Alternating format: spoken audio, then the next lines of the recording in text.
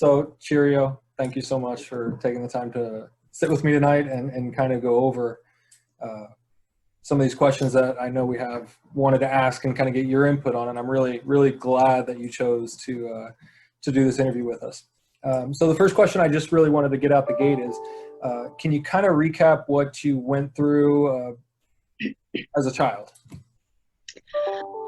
Well, I guess to start, it started about when I was 7. My mom started dating my stepdad, and from there for the next 8 years, it was kind of just like constant psychological abuse mostly. He was a very manipulative person, just all around. I mean, everybody else, he was a great guy and he was everybody's friend, but then we got home and it was like behind closed doors. And I know that you probably see that a lot. It happens often, way more often than it should. And then there's a little bit of physical abuse, mostly towards my siblings throughout that time, until it eventually escalated to sexual abuse for me. And then it just kind of continued steadily like that until I was about 15 and decided I'd had enough.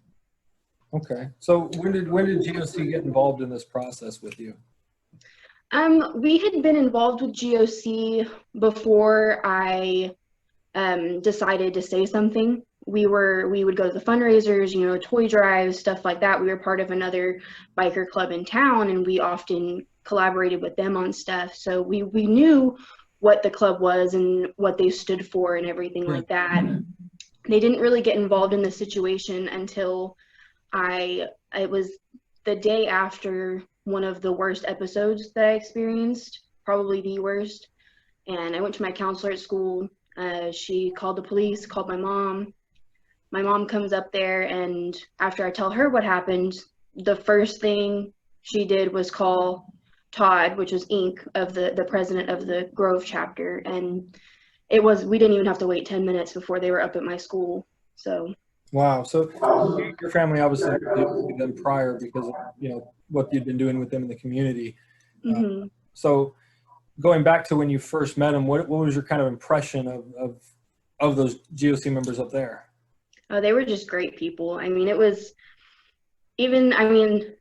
such a young age, I never fully comprehended what they stood for, of course, but you get a vibe from people, and each person that was part of that chapter individually they were constantly happy, and they were supportive of all the children, and they would go out of their way for anyone that asked them to.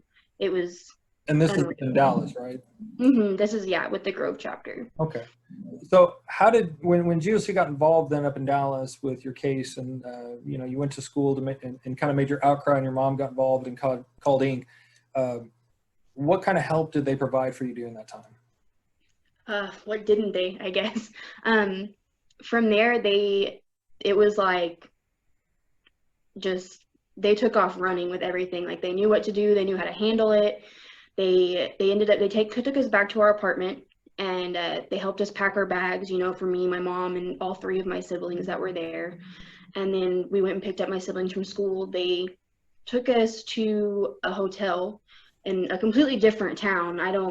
The whole day is just kind of like a blur to me because it was so crazy. But they took us to a hotel in another town, and they stayed with us there in that room for hours. There was, some of them stayed outside the hotel to make sure that he wasn't there and everything. And then some of them were in the room with us, kind of just supporting us, because it was still so unreal to everybody, it was a difficult time for all of us, for sure. And then he eventually did find us that night at the hotel, and there was no hesitation for them to just stand guard at that door. He got nowhere near us that night. He didn't even get into the hotel. Wow. And then, so when he found out where we were, they helped us move to another place to kind of keep us safe. And then eventually later on, a few months later, when we got settled at a trailer in town, they would drive by like every night. You'd hear 1 or 2 of them on their bikes just driving by for, I don't even know how long. It was a long time. They would just drive by, just making sure we were okay and that he wasn't there and that kind of thing. So they were very, very actively involved. They never quit. So what I guess the biggest impact GOC had on you during this time? Um, I would definitely have to say the support.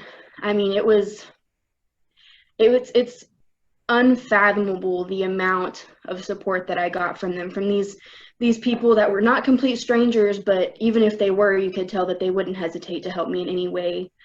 Um, Even after my own mom decided, she didn't believe me a few months in, and she left. She, went back to him and everything.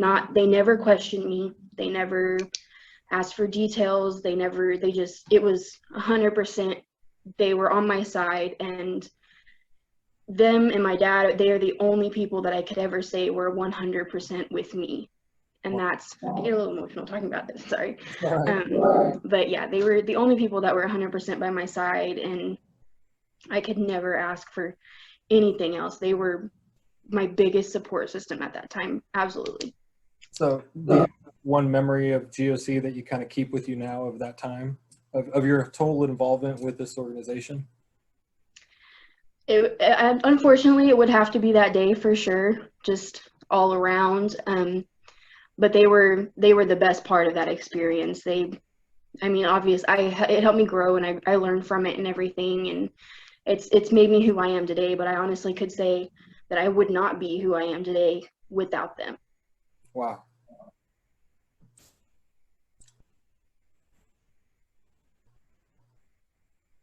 All right, I told myself I wasn't going to let that happen.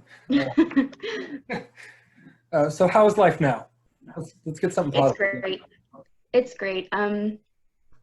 It's just, I never imagined I'd be where I am today. And again, I have GOC to thank for that, because I never would have accomplished as much as I have without the support that I got from them. Even now, I mean, the trial, they drug it out for 5 years, and every time we got a court date, every single one of them they were ready to ride into that courtroom with me, and just every single time, no matter how many times they got pushed back. And when he finally took a plea deal last year, even 5 years later, everybody was ecstatic. Nobody forgot. Everybody was just, again, so supportive. I remember that day very well. So is there anything you would want to, I mean, there's children watching this undoubtedly. We know, we've got an audience of kids that watch our videos. Is there anything that you would want to say to those children right now that are maybe going through this type of hell? And what would you tell them if they were here right now in this conversation with you and I? I probably have to tell them the biggest thing that I needed to hear, and it's not your fault. Sometimes it's going to feel that way, and there's going to be, unfortunately, people that make you feel that way. But I mean, it's not your fault at all, and not any little part of it. And I mean, speak up. It's hard. It is the hardest thing that I ever did in my life, was speak up about it. It was harder than actually going through it, but it was the best outcome. And I was blessed to have people like GOC and my family members on my side, that were supportive of me. And even if you don't have the family members, whether you live close by or not, GOC is definitely the people to call. So if you could kind of talk to your childhood self right now, what would you say to Cheerio at 14, 15 years old now? I would tell her to speak up sooner, not let it get so as bad as it did. And that, I mean, again, it wasn't my fault. And that's still something that I have to tell myself a lot, even now. And sometimes it's hard to believe, but it's true. And you're absolutely right. It's true. So is there anything, if you wanted to express anything to the guardians of to the guardians that have helped you along the way over these years, that are watching right now, is there anything you'd want to tell them? I have no words for what I want to tell them. That's what I've been telling everybody. When you asked me to do this video, everybody's like, well, is that something that you really want to talk about? And I'm like, well, I don't want to talk about it, but for these people, everything that they did for me, I would do anything that they asked of me. I can't thank y'all, you and Banana and Ink and Twiggy, Pinky, everybody. I can't thank y'all enough for everything that y'all did for me. It's unreal. I still can't believe that there's people like y'all out there. Well, we're honored to do it, Cheerio, and I'm so blessed that I had the opportunity to get to know you because, I know we get a lot of credit for what we do, and people look up to us and say, "Oh my God, you're amazing for what you do." And truth be told, you're our hero. You're the one who had the courage to speak up and gave us just an opportunity to be there for you, but you're the strongest one of all of us. So thank you for your time tonight, Cheerio, and I greatly appreciate it. Absolutely anything for you guys.